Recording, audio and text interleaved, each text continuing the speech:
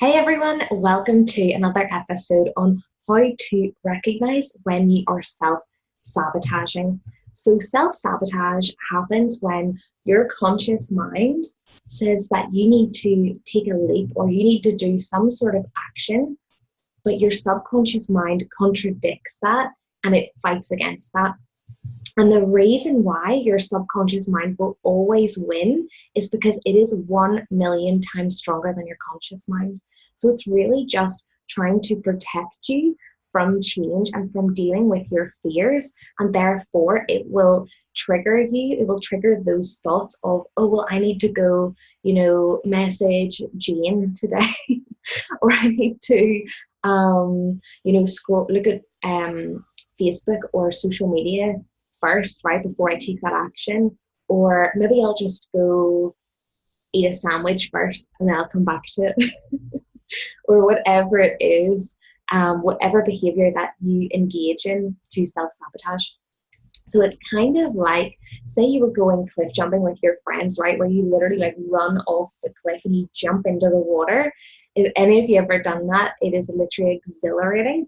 So it's like whenever you're doing that, and it's like you're running up to the edge of the cliff, and just before you're about to take the leap, you stop. You stop yourself and you hesitate. And then you run back to the start, right? And you run again to the edge and you hesitate and you stop and you just keep doing that. So it literally keeps you in a cycle of self-sabotage. So you end up hesitating and not taking action and essentially just staying where you are and nothing really changes. So that is why it's so important to break free from that cycle and to recognize when you're self-sabotaging so that you can catch it and so that you can begin to change your behavior so that you can then change your outcome, because the behavior that you're taking or that you're operating on, that is the reality that you're creating, which all stems from your feelings, your thoughts, and your beliefs, which are again in your subconscious mind. So the first way to recognize when you're self-sabotaging, number one, is you get torn in a million directions, right? You get torn between a million different ideas. And whenever things get serious and it really comes to taking that uncomfortable action, you just jump to the next idea, meaning that you never really see anything through to the end and you never really finish what you start. So this is because you would rather avoid the chance of failure or whatever other fear that you have going on, like within you, instead of going after what you want, and it's preventing you from doing that. And it's your subconscious mind that is really trying to prevent you from the chance of feeling pain, regardless of whether or not it's likely or not. It's just trying to protect you and keep you within your comfort zone so that it keeps you safe, so that things are comfortable, so that things are certain. But that is where nothing really changes. Everything worthwhile lies on the other side of your comfort zone. So how to stop this type of self-sabotage is to choose one idea that really lights you up and stick to it, even when things get hard. Actually, especially when things get hard, because usually that is whenever the universe is testing you if you really truly want that thing that you're going after, and the reward is just right round the corner, just after the bump of whether or not you're going to give up or change to something else, right? So that is number one. The second way to recognize that you're self-sabotaging is that you procrastinate on important tasks and you just sort of leave it to the last minute. You leave doing the action until the last minute, but right up to the deadline. And it's not that you are lazy, it's again that deeper avoidance of something like change, pain, or failure, or success, or whatever it is that you're scared of. So again, how to stop this is just finding out the deeper reason of why you are avoiding what you're putting off. What are you afraid of happening? Number three, the third way to recognize your self-sabotaging behavior is you say that it's not the right time, right? You get stuck in the perfectionist way of thinking that you cannot do it until it's the right time, or I have to have this certain skill first, or I have to know this amount of knowledge first, or I have to have all the facts first before I take action, right? And so you get scared of making a mistake because you don't want to fail. But here's the beautiful thing. On any path to success, you're going to make mistakes along the way, but that is not failure. And you're never going to feel ready. You just have to take the leap. So the way to overcome that is literally just taking the leap and knowing and accepting that you're going to make mistakes along the way. But that isn't failure, right? That is not defining your failure, because failure is really just not even trying at all, because you're actually blocking yourself from seeing if it was going to work out in the first place. And you're blocking yourself as well from sharing whatever it was that you were going to take action on with the world, and also having that amazing experience within your life as well. So that was number 3. Number 4, the fourth way to recognize that you are self-sabotaging is that you mask your emotions, right? So you can do this through social situations with other people, or you can engage in excessive drinking on the weekends, or drugs, or a million other things like excessive shopping, unconsciously spending money on things just for a quick high instant gratification, excessive eating, like junk food, scrolling on social media for hours on end, binge watching TV. Like you're like, oh, I need to watch that new series on Netflix. Let me just watch all 8 episodes, right? Who else has got that with Stranger Things? Anything that acts as an escape from you dealing with the deeper issues of what you're avoiding, and it's taking your time and distracting you from what your soul really wants. Another form of this, on the opposite end of procrastinating with things to mask your emotions, or engaging in excessive behavior and therefore out of balance, the opposite of that would be to actually fill up your schedule so much that you don't have any time to complete the action steps, and making yourself busy, right? And sort of prioritizing things over actually getting the things that you need to get done.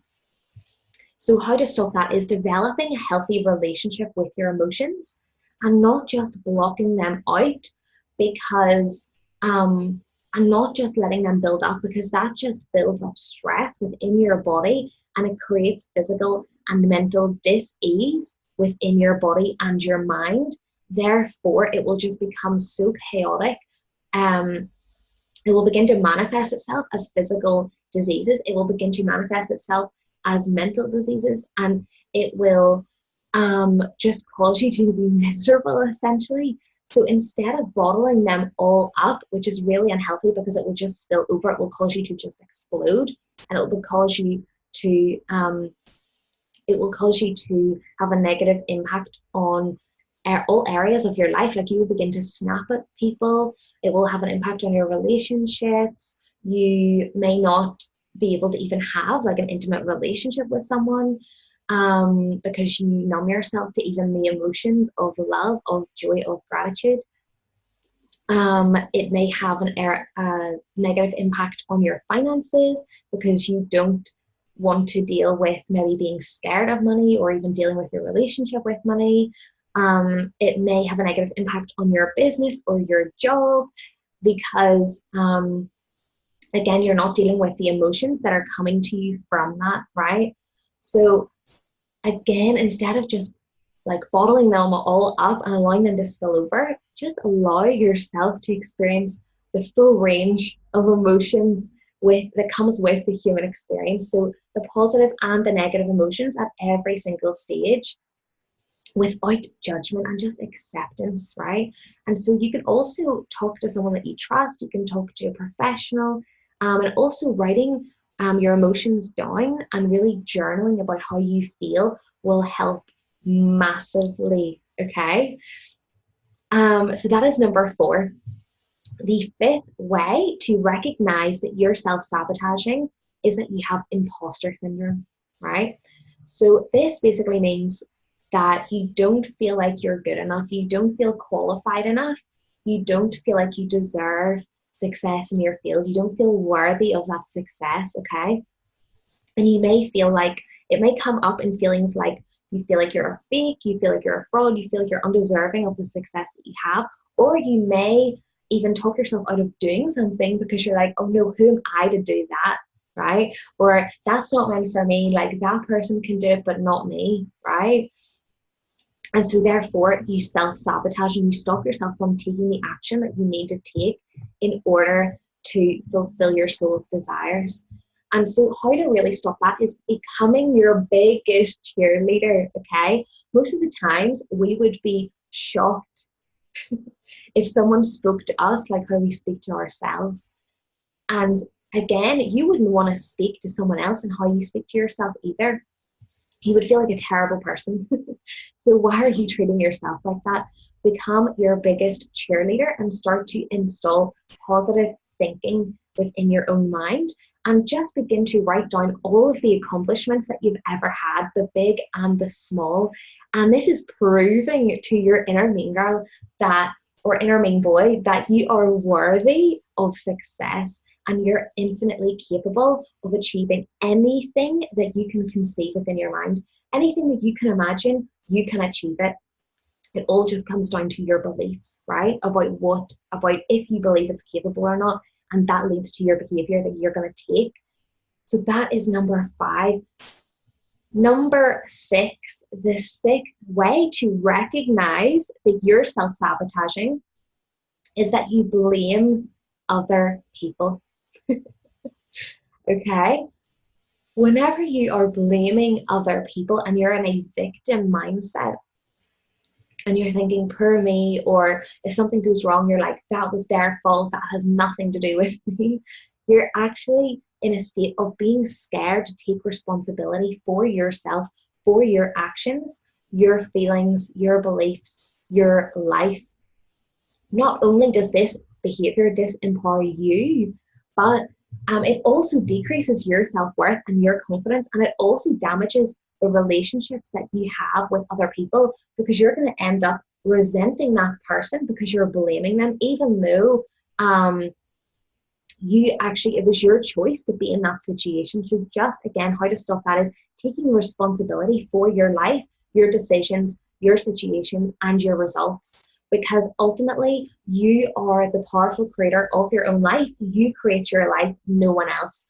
And it's about, again, coming back and reclaiming your power and just taking responsibility for your life. So that was number 6. Number 7, the 7th way that to recognize that you're self-sabotaging is that you're seriously disorganized. And it's affecting you in a major, major way. Whenever you're so disorganized that all you can do is think about everything that you have to do, but you're not really taking action on everything, it's really just a form of distracting yourself from taking action. It's not that you're so busy, it's just that you don't have a structure or a system where you're actually organizing everything, and it is just so much more manageable for you. So you can actually spend so much of your energy on just thinking about all the things that you have to do, about all the things that you're keeping in your head, but you're not really writing it down, or it's not in a sort of structured way where you can understand it. And that actually takes away from the energy that you could be using on taking action to achieve what it is that you want. Also, another thing as well is if you are constantly worrying and overthinking as well, that is another form of spending your energy and distracting you from taking actions. That is the eighth way to recognize that you are overthinking, or to recognize that you're self-sabotaging, which is overthinking, right? You overthink a lot. You may even have trouble going to sleep at night because the thoughts are literally just racing through your head. You're like, oh my goodness, like you're tossing, you're turning. You're like, why will my brain not shut up? And you feel very scattered and very all over the place. So whenever you overthink, you're really like replaying the stories in your head from either your past or your future, and it's distracting you from being in the present moment and taking the action that you need to take. And how to stop this is really just thinking, what action is it that I'm avoiding taking, and why is that? Like, what is the deeper reason behind that? And as well, calming your mind down by engaging in activities that are going to support that. So I love to meditate. That's something that's really helped me along my own journey, is just really quietening down my mind, because you're quieting down your mind from the alpha wave brain state, which we are currently operating in our conscious mind, to a theta wave brain state, which just means that your mind is actually slowing down, and it is also a lot more receptive as well. So you can actually begin to self-reflect while you're meditating. So getting to that point, slowing your brain down, and then actually reflecting on things, you're going to have so much more clarity on what it is that you need to do, or how you can resolve certain problems, or whatever the deeper reason is of why you're not taking action. Another thing that has really helped me along my own journey is journaling. And that is really just like brain dumping onto pages, like what you're feeling, anything that is coming up for you, like literally anything. Like, it can just be emptying all the junk from your mind onto the page without judgment, complete acceptance. And then anything that jumps out at you, like, you can begin to work on that more and more. Another thing that has really helped me as well to sort of overcome overthinking is spending time in nature. Like, I make sure that I get into nature. That's a priority for me. I get into nature every single day. It is a priority for me, because I know that the more time that I spend in nature, the more time that I have to reflect. And nature is just so therapeutic. And it will just help you to slow your brain state down, and it will help you to gain clarity. And that's the reason why, when people go to the water, by a lake, the sea, a river, whatever it is, they say it just feels like, the water just like took all the worry and all the thoughts away. And the reason is because it's so therapeutic. Okay, so those are the 8 ways to recognize that you're self-sabotaging, and just begin to recognize your self-sabotaging habits. Just become aware and honest with yourself, right? Without judgment. And you may not even be aware of some of the behaviors that you're actually engaging in. So just begin to ask yourself, when you're feeling scared, or whenever you're in that state of like feeling resistance to doing something, what is it that you're actually doing to use as an escape from that? And just begin to dive deeper into that. Begin to challenge the way that you think and your actions, and start to become aware of where you're self-sabotaging and the deeper reason behind it. Okay, so those are the 8 ways to know that you are self-sabotaging, and how to start to overcome that and change your behavior. So if you like this episode, feel free to like, subscribe, share on your social media if you know that this is going to help someone. And also as well, it is the last week to sign up for Fierce as Fuck Academy. So there's 5 days until the doors close. If you're looking for more support, more accountability, a high vibe group of women to hold you to higher standards and start to achieve your soul desires, just send me an email in the link below, and just have a beautiful week. Sending you so much love and light. Have an amazing day.